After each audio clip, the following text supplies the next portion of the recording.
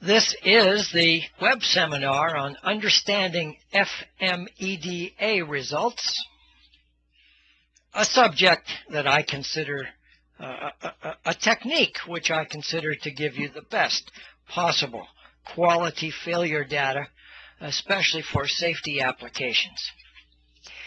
Now, I'm going to explain why I believe this to be true, and the research, literally hundreds of thousands of man-hours of research that goes into FMEDAs.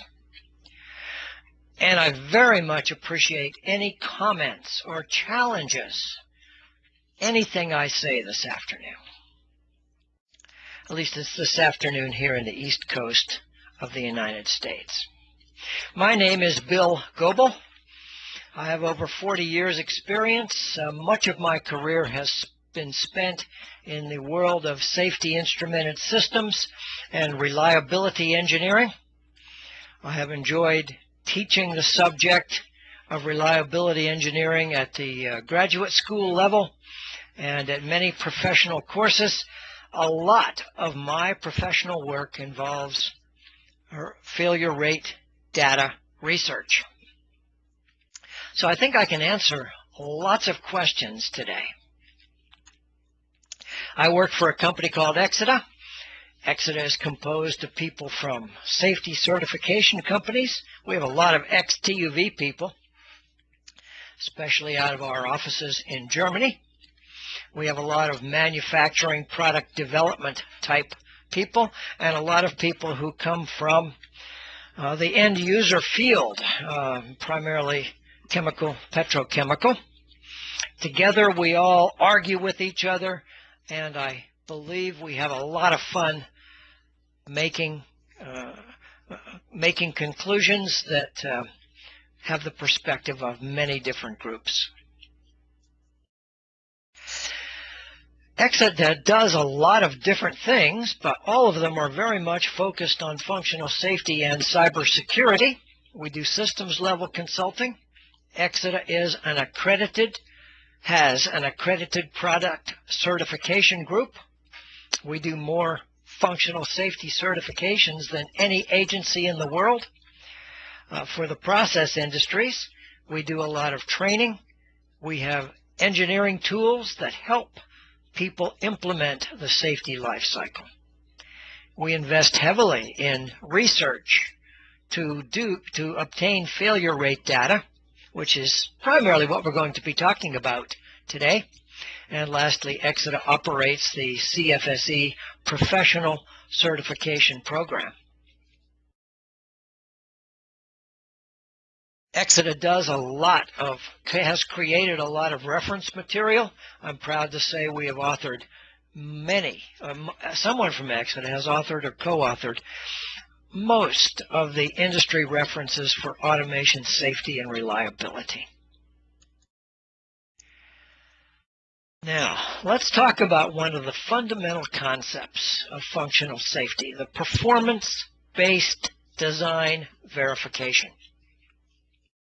In the realization phase of the safety life cycle, we do calculations to show any given design, if any given design meets the target safety integrity level. And there are various requirements for that, 3 fundamental barriers: PFD average, architecture constraints, and SIL capability. I'll show you some examples of that later in this seminar.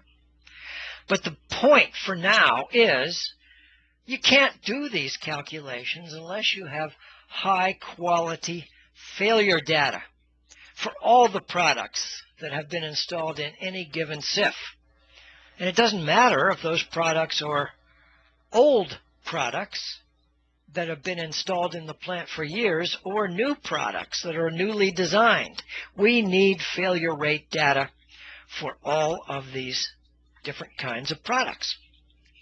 Now, where does one get failure rate data today? Well, one of the main sources and one of the most common sources is the FMEDA. That stands for Failure Mode Effect and Diagnostic Analysis. And that is primarily what we're going to be talking about this afternoon. And it has some real pluses. It can provide very detailed, complete information. It's predictive. It does not require many years of data. In fact, in some cases, by the time you gather up statistics on a product, the product's obsolete and no longer available for sale. The FMEDA technique is predictive and does not require a multi-year lag to gather statistics. One minus is the FMEDA depends very much on a component, failure mode, failure rate database. And I will most certainly be talking about that. We can also get failure rate data from end-user field failure studies. And the plus on that is that it's real data. But it has some negatives as well. Those of you who work for a company that gathers field failure data probably know, if you've ever looked at the data, that there are some pretty substantial variations from company to company on the amount of data collected, definitions of what is a failure.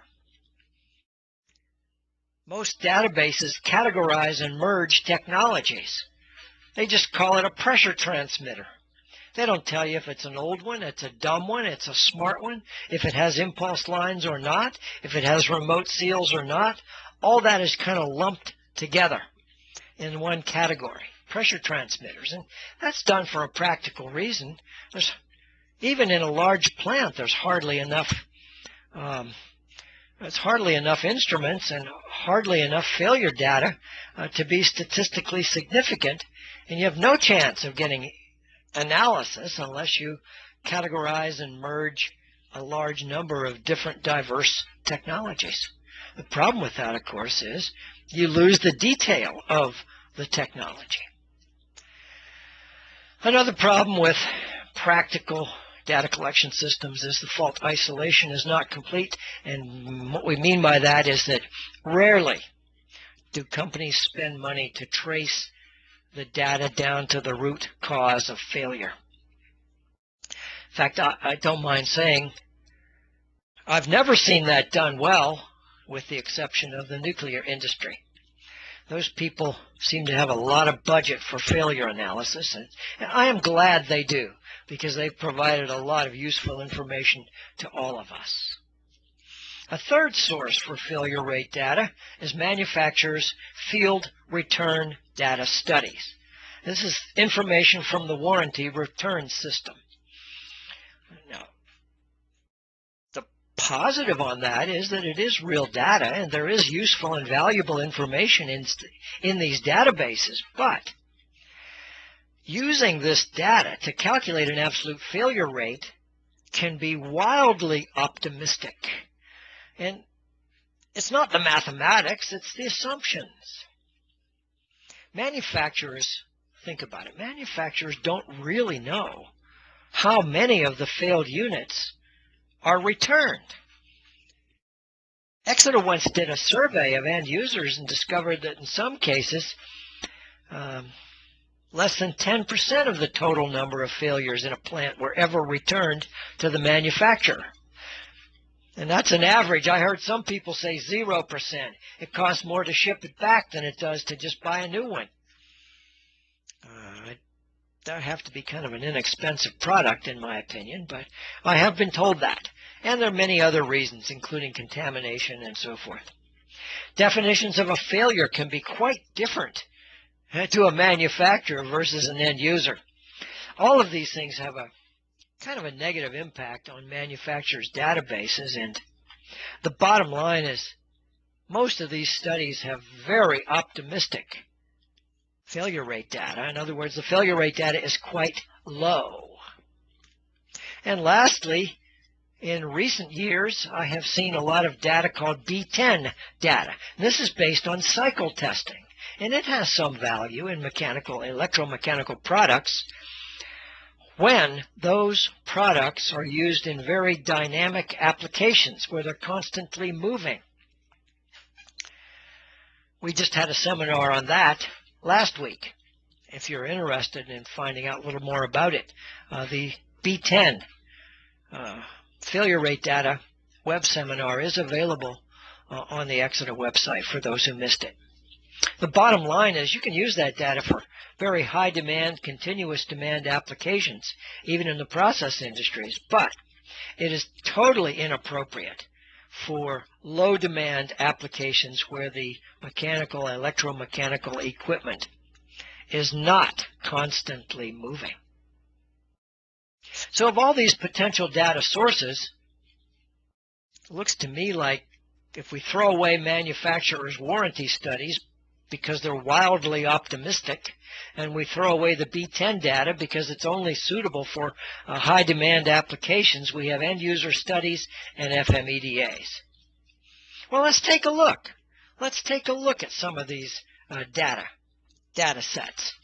I did a comparison. We do this a lot at Exeter in order to verify and check the integrity of our data. And I did a comparison on solenoid valves. And I looked through a bunch of FMEDA reports, and I picked one of the simplest solenoid valve designs. And it had a failure rate of let's say 1.6 times e to the minus 7 failures per hour. A more complex design, a large four-way spool solenoid, had a dangerous failure rate of 5.66 e to the minus 7. And so among the range of FMEDAs done by Exeter, the failure rate varies from 1.6 to 5.6 e to the minus 7. Why? Because the design varies. The complexity of the design varies. O-rings cause a lot of potentially dangerous stiction failures. Anyway, I compared these numbers to a Dow plant study published in 2008, and look where the Dow data lands. Kind of in the middle, 3.51 e to the minus 7. Now, the Dow data does not describe exactly what kind of solenoid valve, and in all likelihood they have lumped a wide range of different designs into one bucket. And 3.5 is roughly a nice average of all the different FMEDA results. So I immediately conclude that the FMEDAs are producing some pretty good data. Now, I also compared this to the OREDA database, and I found that they had a failure rate of 9 e to the minus 7. Now, that is the highest number in this chart. Now, that is a mystery, and obviously something that needs further research. Because why is the OREDA database substantially higher than the Dow database and substantially higher than FMEDA results? Well, we don't know yet. We'll talk about that in a moment. I also found some cycle test results, effectively B10 data, although it was not described as B10 data. And I saw a very low number, 4.5 e to the minus 10 for a solenoid valve. Oh my goodness. That failure rate is lower than the commonly accepted value for a quarter watt resistor, electronic resistor. Tell me a whole solenoid valve fails less frequently than a resistor? No way. Well, it turns out that that particular cycle test was scaled based on a 1-year cycle time, which really is not at all a valid technique. But another one that was based on basically 1 month cycle time gave me an 8.6 e to the minus 9. That's also an extremely low number. And I found another report on a different solenoid valve based on manufacturer's warranty data, and that came up with 1.7 e to the minus 8. And so, again, I conclude that for low-demand process industry applications, you should never use cycle test results or manufacturer's warranty. I see no problem, however. I think the FMEDA data is right on the money, And we do need to take a look at why the OREDA data is higher. It's a subject for further investigation. Well, now that you have an idea of how FMEDA data, what the FMEDA looks like and how it compares to field failure data, let me explain what an FMEDA is. Failure mode effects and diagnostic analysis. Rather than keeping statistics of an instrument, perhaps with 200 parts, or even a valve with perhaps 20 or 30 parts, break the problem into smaller pieces. Take a look at all the parts in any given design. And knowing the failure rates of the parts, we should be able to get the failure rate for the product. And it's a concept that's been around for decades. They started doing this, according to my old reliability textbooks, in the 1950s. The parts count method. FMEA was a technique that was established, according to one book that I have, in the 1960s, and has been found to be strongly effective. Well, FMEDA is an expansion of this traditional, well-proven FMEDA method. We look at each part in any given design. Whoops. There we go. And we look how that part fails, and then we derive by test or by analysis an answer: how does that part failure mode affect the product failure mode, if at all? And we add them all up, and in many cases we're looking at an extremely detailed level. For example, we might be asking, how does this little resistor fail? And if this resistor fails, how does that impact the product? If this integrated circuit fails, how does that impact the product? And of course, integrated circuit failures, there might be hundreds of different failure modes. We look at many of them, and for each component in a design, we have to have the component failure rate and the failure mode distribution. Given that input, the FMEDA generates the product failure rate, product failure modes, any diagnostic coverage due to automatic diagnostics, and of course it also brings in useful life. And that is great information to have in a predictive way. For newly designed or old designed products, it just doesn't matter, because the analysis is based on the component database and the specific design. So by looking at the design parameters, we're able to predict the failure rate. An FMEDA absolutely depends on the component database, but the component database may be derived from either field failures or from FMEDAs on the components.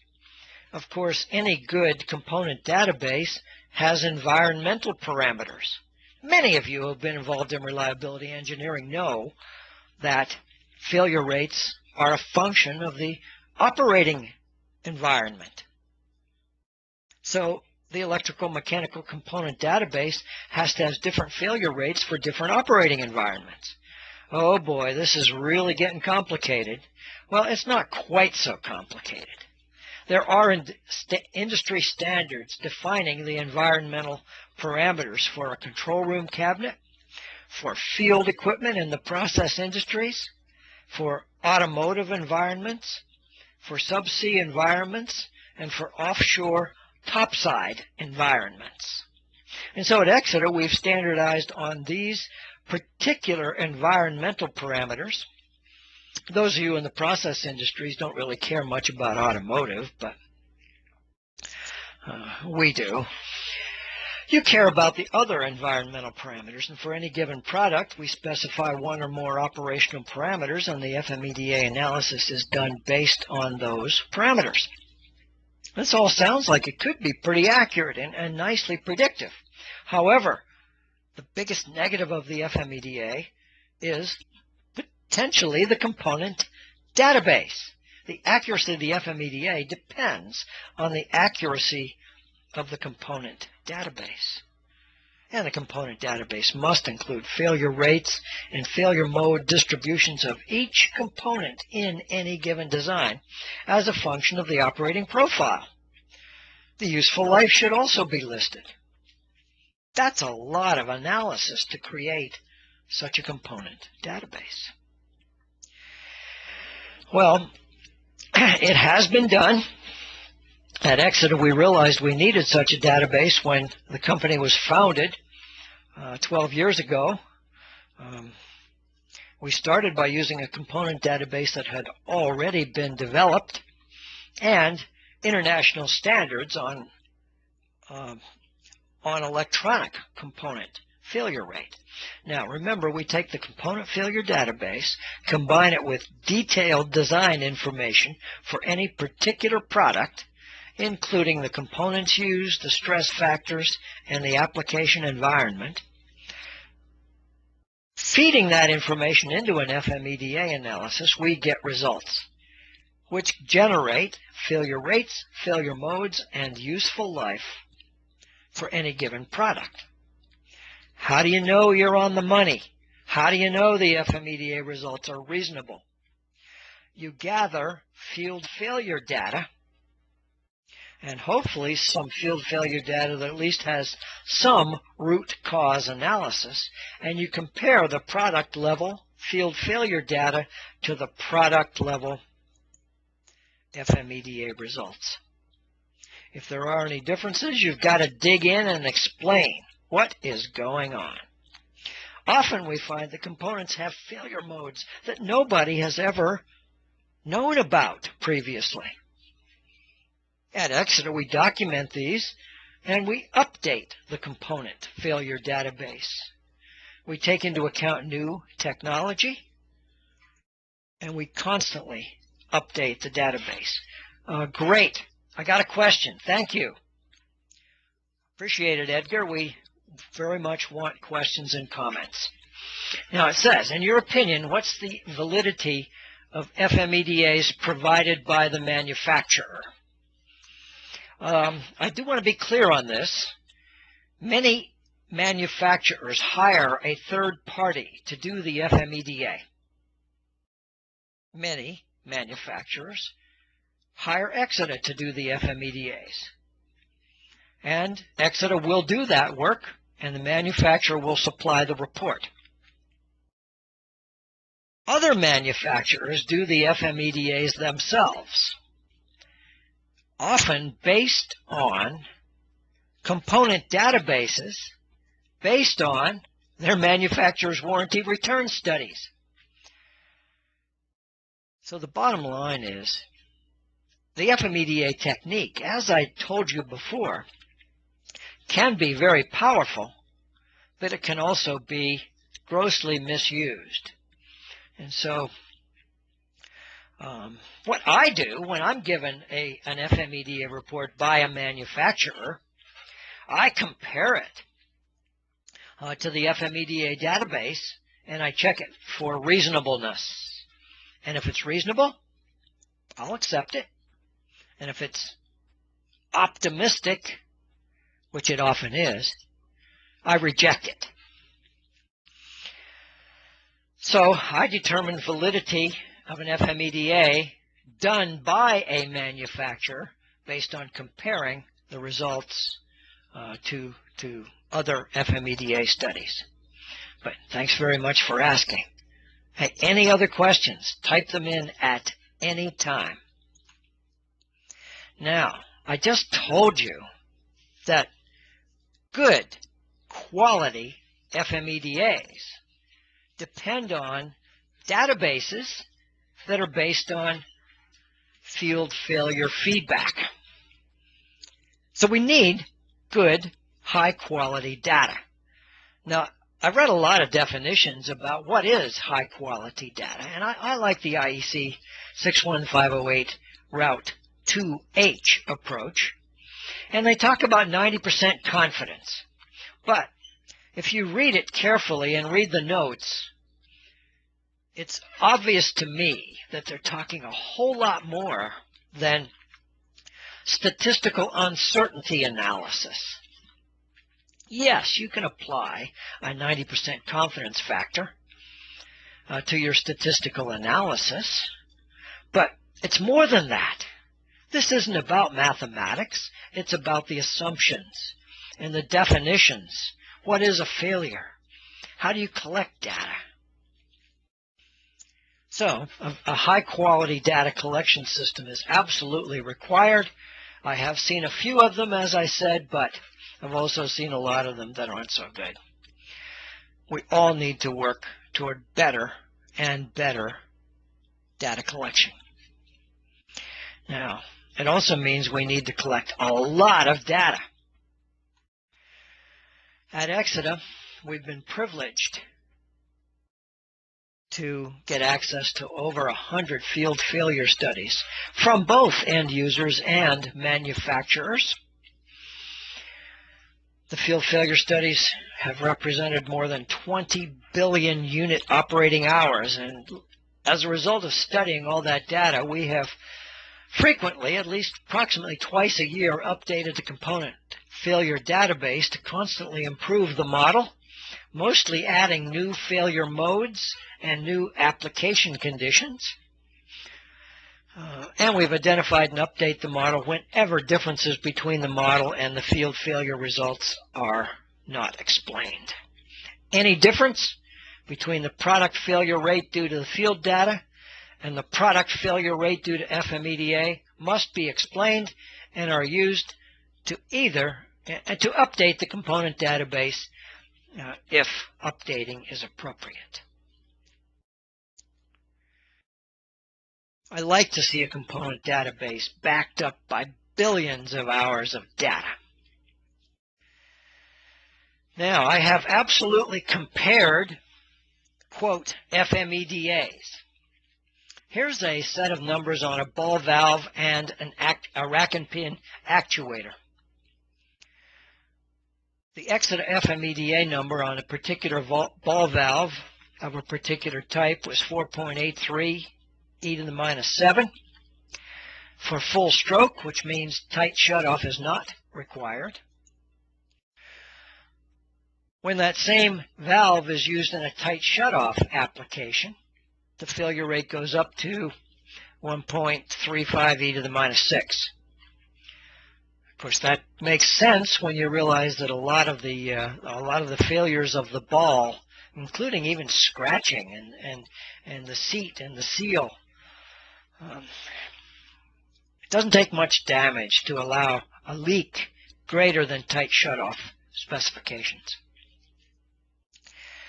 Now, I found a, quote, FMEA published by a manufacturer and sent to a certification agency, and they published a number of 6.55 e to the minus 8. Oh my goodness. I can't tell whether they are talking about tight shutoff or full stroke with leakage permitted. They just don't say that, but if I compare that number to the full stroke number for Exida, we're almost an order of magnitude lower. And that's dangerous. I dug in and read the reports and gathered more information and discovered one interesting thing. It was based on manufacturer's warranty data. The, quote, FMEA was done by the manufacturer and accepted by the certification body. I would not use those results. That's dangerously low. In another application on a rack and pinion actuator, the spring return design had a failure rate 4.29 e to the minus 7. If it was the same design with double acting, was 6.84 e to the minus 7. And a manufacturer published an FMEDA result that was 8.5 e to the minus 9. That's over an order of magnitude lower.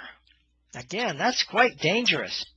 I got a hold of the detailed report, studied it carefully, looked at all the wording, found the detailed references, and what do you think I discovered? What was the basis of that, quote, FMEA? Manufacturer's warranty return data. Not so good. So, I would not accept these kind of numbers, even though the report does use the words low demand, but it also says minimum number of demands per year is 10. So it seems to me that's really a high demand application. And when I really dug in, it turned out the numbers were very similar to cycle testing. So be careful of what FMEDA data you accept. Obviously, we like to compare a lot of data. So we found and compared a lot of data on pressure transmitters. Now, the Dow plant study published in 2008 put the total failure rate for a pressure transmitter about 4.96 e to the minus 7. OREDA data, which is in OLF 070, put the dangerous failure rate at 3 times 10 to the minus 7. That's not so bad. FMEDAs of various types of pressure transmitters were all tabulated. And what we found are failure rates 3.53 up to 8.13, matching again the Dow data very nicely. But we had a dangerous undetected failure rate of between 1.2 and 287. So in fact, the OREDA data is a little low, is a little higher than our low number. It's a little higher than our high number and lower than even our smallest number. Different microprocessor-based designs have failure rates that are, again, right in the money in terms of the Dow plant study, but even have a lower dangerous undetected failure rate because some of these have some really nice automatic diagnostics. And I suspect the OREDA data is based on much older designs. But I don't know that. I do see that the dangerous undetected failure rate in some of these is significantly lower, but it gets higher when you include the remote seal. I looked up the OREDA data, and it's very unclear. In fact, there's kind of an implication that it does include the impulse lines and the remote seal. So you have to be careful about what you compare. But it does appear as if the OREDA data is high. And the FMEDA data is lower than the OREDA data. I must say this was quite a mystery, and this past spring, people from Exeter, including myself, went to Norway and attended a conference on this in March. And we had a very nice detailed discussion on the OREDA data versus FMEDA data. And what we discovered, it was very clearly stated that the OREDA data includes maintenance-induced failures. What do we mean, maintenance-induced failures? Well, site-specific failures caused by random human maintenance errors. A person made a mistake. It happens randomly. I would not classify these as systematic because there was no problem in the procedure. The people knew what they just made a mistake. Hey, it happens to everyone, including me. I agree that it's a random failure rate and that this should be included in SIL verification. In fact, site-specific data and site-specific differences in failure rates are important. Oh boy, now what? How complicated is that? Well, One study done by engineers now at Exeter found a variation of 4x in the failure rate of the same piece of equipment from site to site.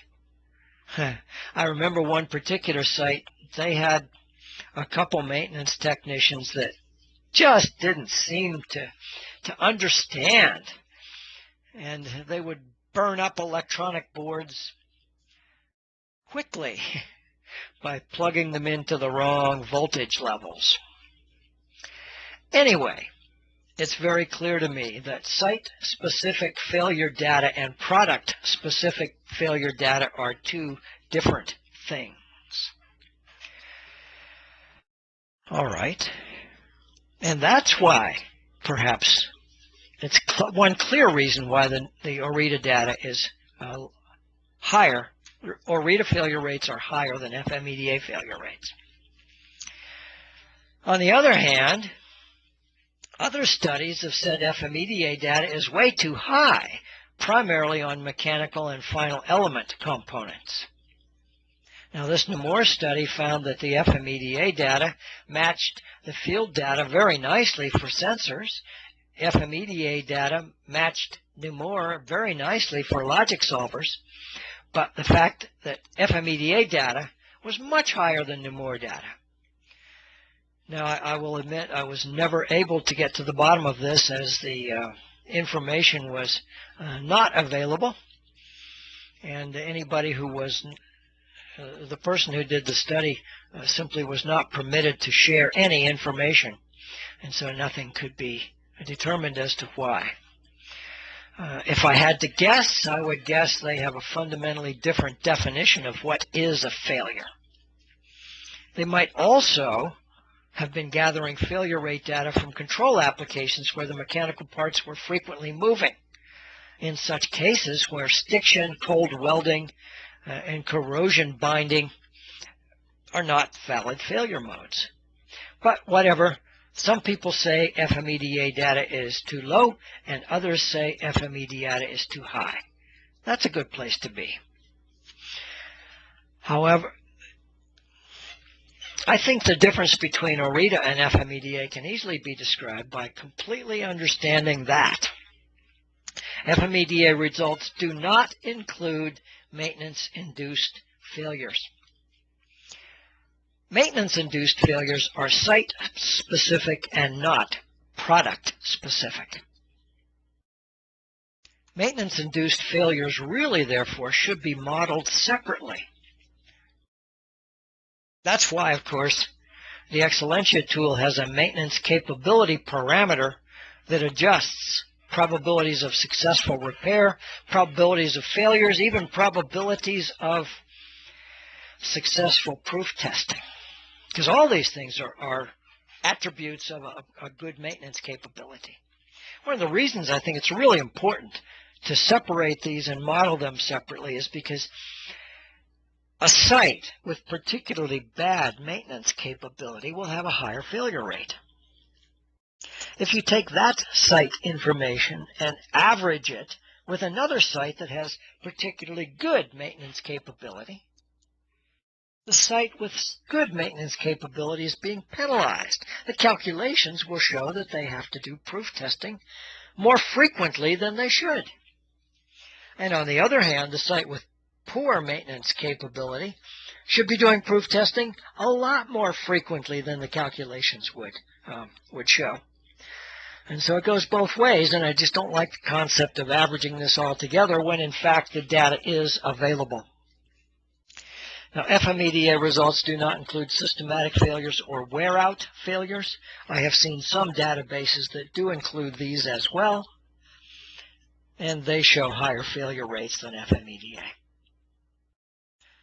Now, if this maintenance thing is such a big deal, and I completely agree, everybody here agrees that it is a random failure and it should be part of any SIF verification.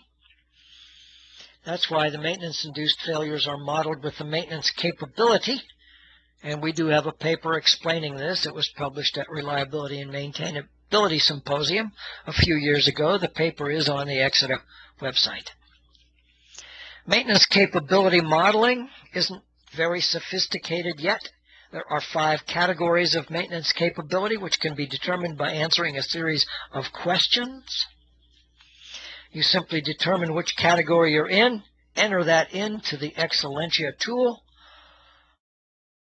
and it will automatically apply the maintenance capability model and adjust your PFD averages and therefore your SIL levels.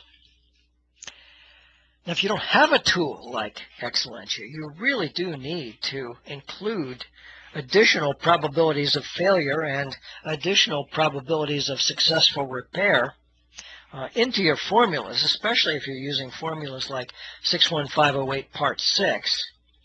So for these very simplistic methods, it is important that you properly model maintenance capability by adding additional failures to your FMEDA failure rates. If you need a good rule of thumb, I would take the FMEDA rates and double them. Maintenance capability does have a pretty significant impact. I took the Excellentia tool and I modeled a safety function with perfect maintenance capability. In other words, looking at only the product-specific failure rates. You can see that for this particular design, I got a risk reduction factor of 1,946. It's clearly a SIL 3. Remember that number, 1946.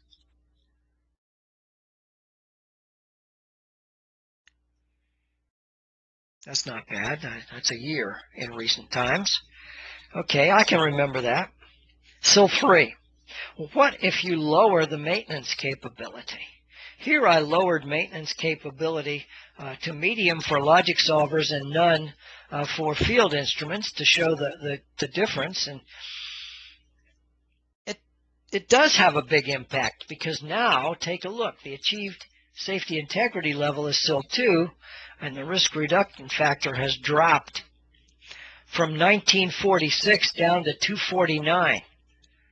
That's nearly an order of magnitude change, which means if you want to get the PFD back up, you'll have to reduce the proof test interval by approximately 1 order of magnitude. It's a really big deal cost-wise. In fact, several people I know have used this maintenance capability modeling to justify programs to improve their maintenance capability, to convince management that this is truly a cost-effective, cost-effective programs can be established. It might be a lot cheaper to institute a good maintenance capability than to proof test 10 times more often. Think about that.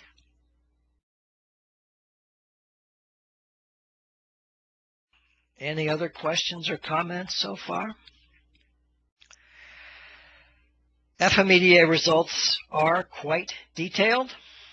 This example of a logic solver shows you the different failure modes: safe, dangerous, diagnostic faults, no impact or no effect faults for all the different major components, main processors, input channels, output channels, common failures. It's really quite detailed, which is really what you need to do an accurate job modeling PFD average.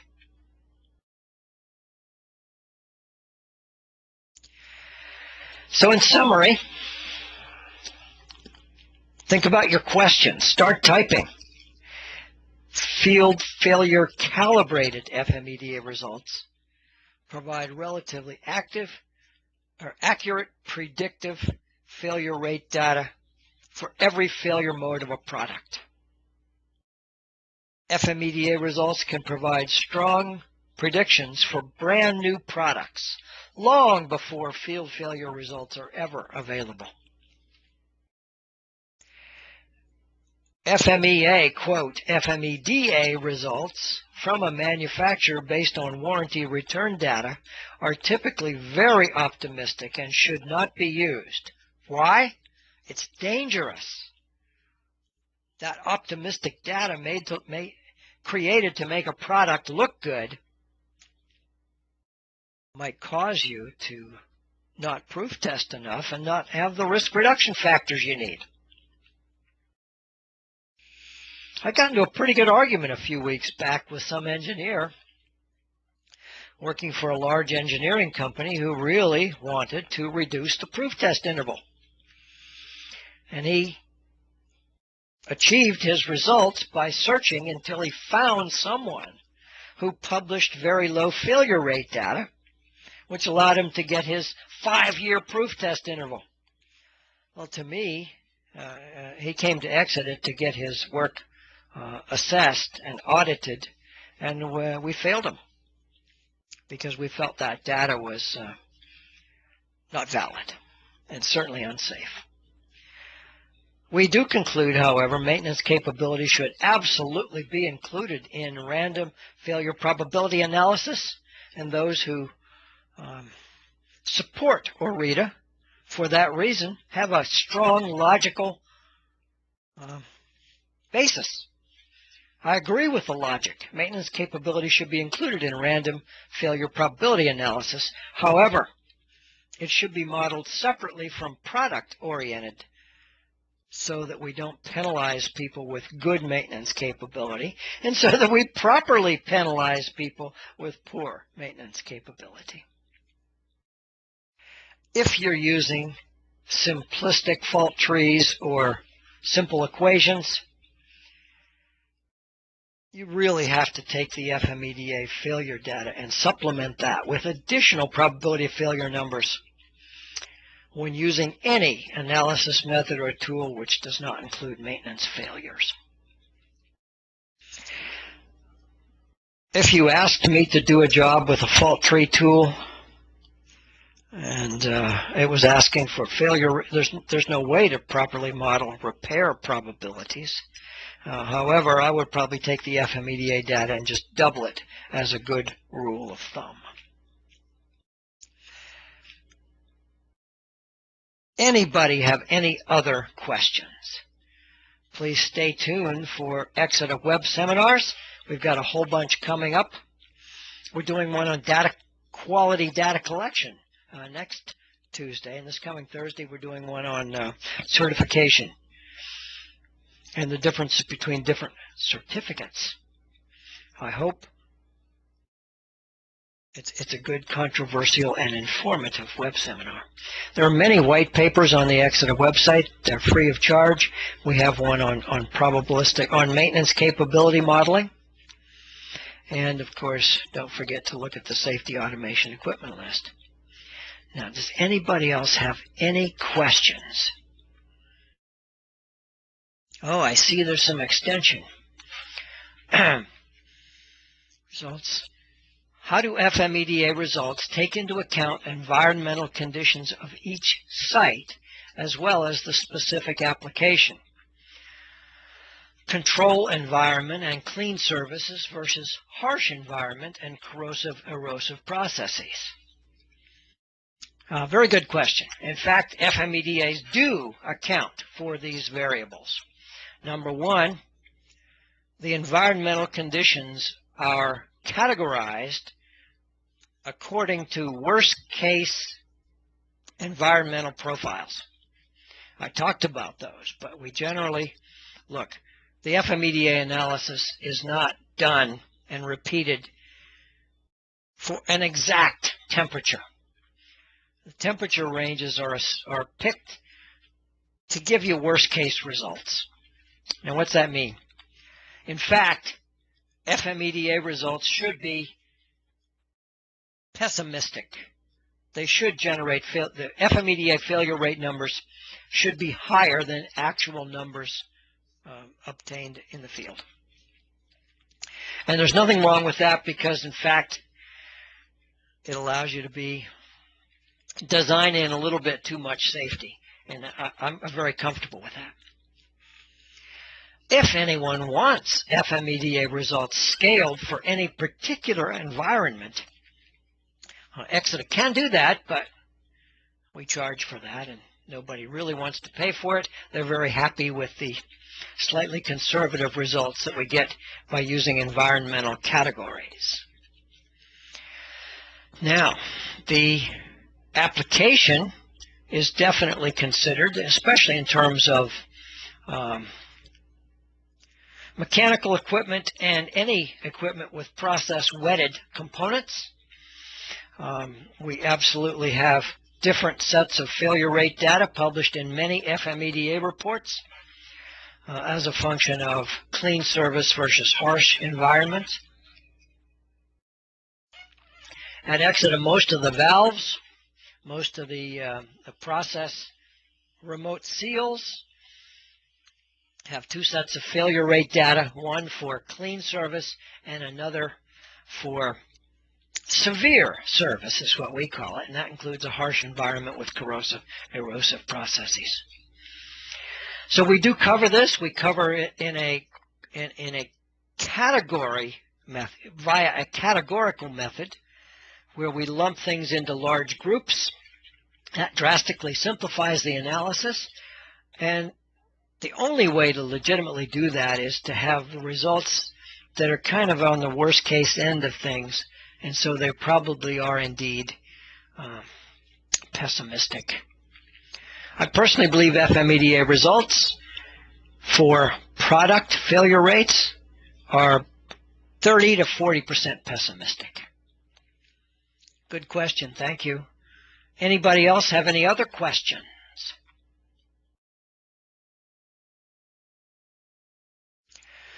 I'd like to say, if you do not hesitate to send an email. I'll just type my email address here.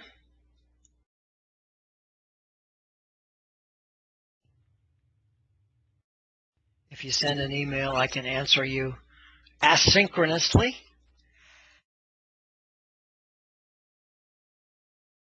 We also post blogs and new white papers all the time, so stay tuned. I thank you very much for your attention, and hopefully you found the time to be beneficial. Take care and goodbye.